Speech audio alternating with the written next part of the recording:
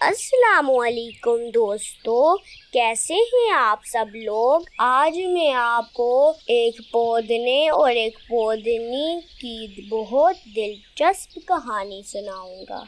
अगर आपने हमारा चैनल सब्सक्राइब नहीं किया तो कहानी सुनने से पहले इसे सब्सक्राइब कर लें ताकि और भी आप तक दिलचस्प कहानियाँ पहुँचती रहें। और ये कहानी है एक पौधने और एक पौधनी की, जो एक बाग में हंसी खुशी रहते थे और अपनी सुरीली आवाज में गाने गाया करते थे। एक दिन पौधना दाना दुनका चुगने कहीं गया हुआ था और पौधनी अकेली एक शाख पर बैठी गाना गा रही थी। इत्तेफाक से एक राजा का वहां से गुजर हुआ। उसे पौधनी का गाना बहुत पसंद आया और उसने अपने नौकरों को हुक्म दिया, जल्दी से इस पौधनी को पकड़कर महल ले जाओ, हमें इसका गाना बहुत पसंद आया है। तो दोस्तों, राजा के नौकर पौधनी को पकड़कर महल ले गए। दूसरी तरफ जब पौधना वापस आया तो पौधनी को वहां मौजूद ना पाकर बहुत परेशान हुआ। जब चिड़ियों ने उसे बताया,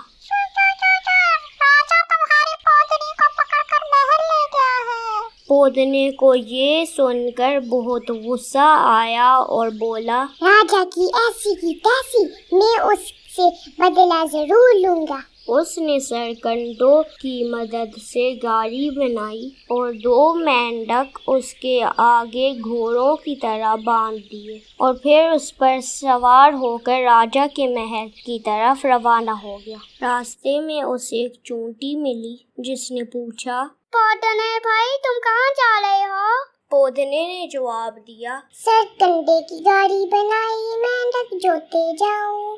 राजा ने मेरी पौधनी पकड़ी, बदला लेने जाऊं। चूंटी ने कहा, राजा तो बहुत जालिम है, मैं भी तुम्हारे साथ चलूं? पौधना बोला, घुस घुस मेरे कान में घुस। और चूंटी उसके कान में छुपकर बैठ गई। और आगे गए तो एक बिल्ली मिली। उसने भी पूछा, म्याऊ म्याऊ, पौधने पौधने कहाँ जा रहे हो? पौधने ने जवाब दिया, सरकंडे की गाड़ी बनाई, मेंढक जोते जाऊं। राजा ने मेरी पौधनी पकड़ी, बदला लेने जाऊं। बिल्ली बोली, म्याऊ, राजा तो बहुत जालिम है, मैं भी साथ चलूं? पौधने ने उसे भी कहा, घुस घुस मेरे कान में घुस। तो बिल्ली भी उसके कान में छुपकर बैठ गई। आगे गए तो शेर मिला। शेर ने भी पूछा, कहाँ जा रहे हो तुम?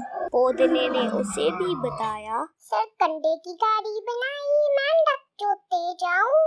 राजा ने मेरी पौधनी पकड़ी, बदला लेने जाऊं। शेर ने कहा, राजा ने तो बहुत जुल्म किया है, मैं भी तुम्हारे साथ बदला लेने चलूं? पौधने ने उसे भी कहा, घुस घुस मेरे कान में घुस। शेर भी उसके कान में घुसकर बैठ गया। थोड़ा और आगे गए तो एक दरिया के पास से उनका गुजर हुआ। तो दरिया ने पौधने से पूछा, पौधने तुम क्यों परेशान हो, कहाँ जा रहे हो? पौधने ने उसे भी बताया, सरकंडे की गाड़ी बनाई, मेंढक जोते जाऊं।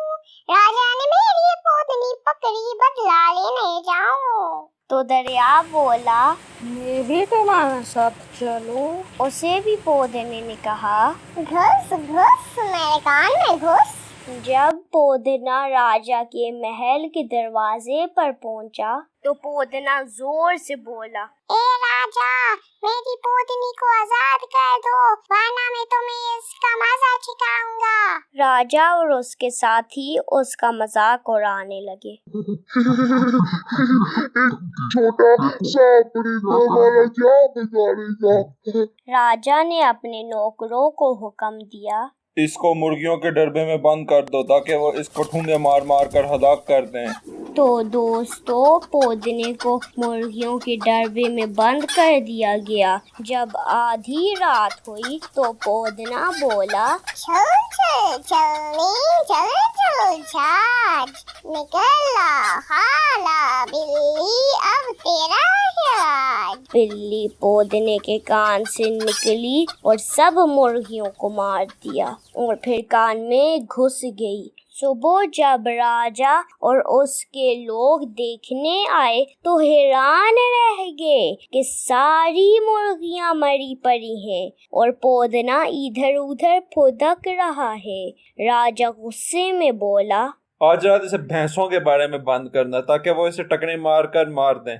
चुनांचे नौकरों ने ऐसा ही किया। जब आधी रात हुई तो पौधने ने चुपके से कहा, चल चल चलनी चल चल झाग, निकला शेर अब तेरा ही राज। पौधने की आवाज सुनकर शेर पौधने के कान से बाहर निकल आया और भैंसों को चीर फाड़ दिया और फिर पौधने के कान में घुसकर बैठ गया। सुबह राजा ने देखा कि उसकी सारी भैंसें मरी पड़ी हैं और पौधना सही सलामत बैठा है। उससे बहुत गुस्सा आया और हुक्म दिया, रात को इसे हाथी के साथ बंद कर देना ताकि हाथी इसे कुचल दे।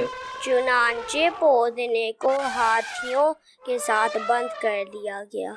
जब आधी रात हुई पौधने ने आवाज दी, चल चल चलनी चल चल छाछ, निकल आ चूंटी अब तेरा है राज। चूंटी पौधने के कान से निकलकर हाथी के कान में घुस गई और हाथी के दिमाग तक जा पहुंची और उसे काट काट कर बेहाल कर दिया, यहाँ तक कि हाथी की जान निकल गई और चूंटी वापस पौधने की कान में जा छुप। जब सुबह राजा को हाथी के मरने की खबर मिली तो वो गुस्से से चिल्लाने लगा, ये पौधना तो तुम्हारे काबू नहीं आता और मेरा इतना नुकसान कर दिया इसने। आज रात में इसे अपने कमरे में रखूंगा और देखता हूँ ये कैसे बचता है। सुबह इसे मैं खुद अपने हाथों से मारूंगा। राजा ने पौधने को एक पिंजरे में बंद कर दिया और आराम से सो गया। पौधने ने अब दरिया को आवाज दी, चल चल चलनी चल चल छाछ, निकल आ दरिया अब तेरा है राज।